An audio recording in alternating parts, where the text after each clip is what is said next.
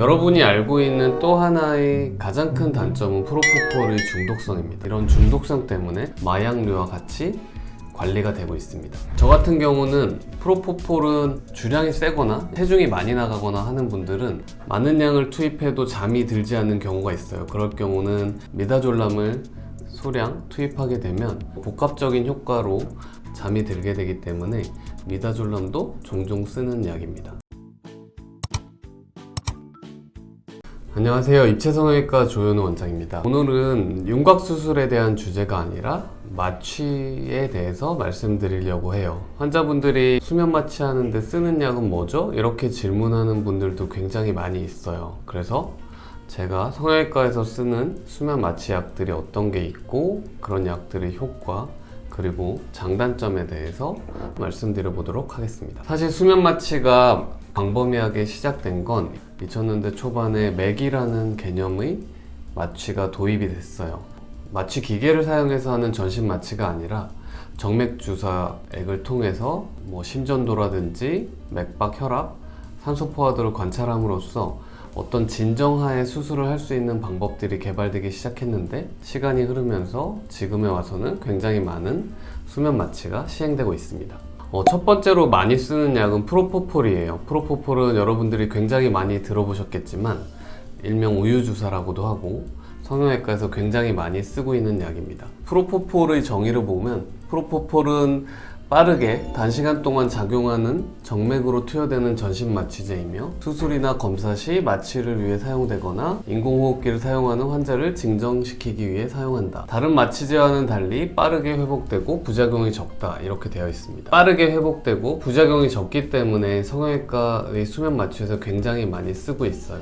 하지만 프로포폴에도 단점이 있는데 프로포폴은 아픔을 참게 하는 진통 효과가 굉장히 적습니다. 그래서 수술을 시작할 때 푹 재운 다음에 부분 마취를 전체적으로 다 하고 유지할 때는 이제 적은 용량으로 유지를 할 수 있게 하게 되면 프로포폴도 굉장히 좋은 수면 마취제로 사용을 할 수 있게 되는 거죠. 여러분이 알고 있는 또 하나의 가장 큰 단점은 프로포폴의 중독성입니다. 1992년도에 프로포폴이 처음 중독성이 있다고 보고된 이후로 굉장히 많은 중독성이 보고되고 있습니다. 프로포폴이 중독성을 가지고 있는 이유에 대해서 설명한 글이 있는데요.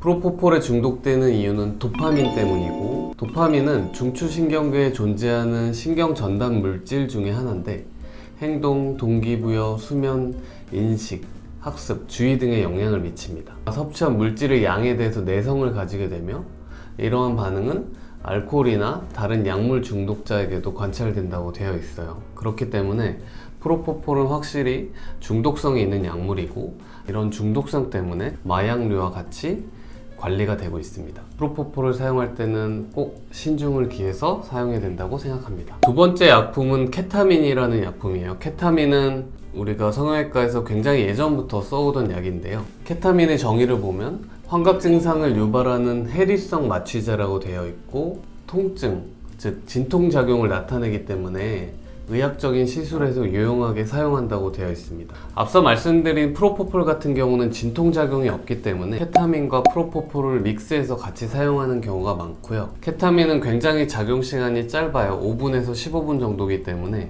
케타민을 수술 전에 프로포폴과 동시에 투여해서 여러 부위 부분 마취를 한 다음에 수술을 같이 진행하게 되는 경우가 많습니다. 예전에는 마취과에서도 굉장히 많이 쓰이는 약이었는데 지금은 굉장히 좋은 약들이 많이 나와서 많이 쓰이진 않습니다. 큰 단점이 있기 때문인데요. 케타민 같은 경우는 환자분들한테 들어보면 악몽을 꿨다고 한다든지 아니면 마취가 될 때 우주로 간다든지 이런 굉장히 황당무계한 꿈을 꾸게 되는 경우도 있어요. 기분이 나쁘다고 하는 분들도 많기 때문에 최근에는 많이 쓰이지 않는 약들이긴 하지만 성형외과에서는 수술 초반에 프로포폴과 같이 동반해서 사용하기도 합니다.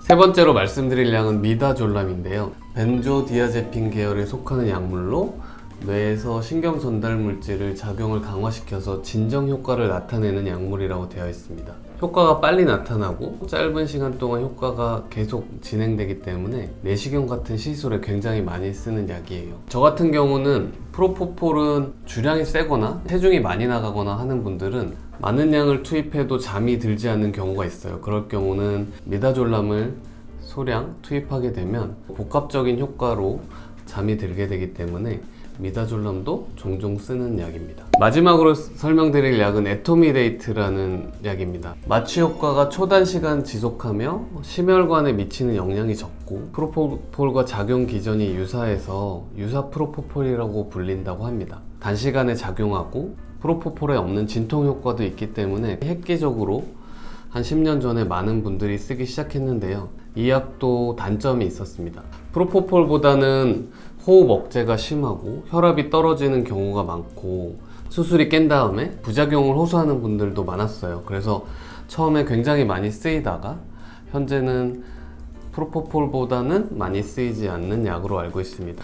지금까지 성형외과에서 쓰고 있는 대표적인 4가지 약물에 대해서 알아봤습니다. 이런 약물이 어떤 기전을 나타내고 어떤 효과를 나타내는지, 어떤 장단점이 있는지 이걸 다 알고 있을 필요는 없지만 수술을 받을 때 어떤 약물을 쓰는지 이런 궁금증은 해결할 수 있을 거라고 생각합니다. 감사합니다.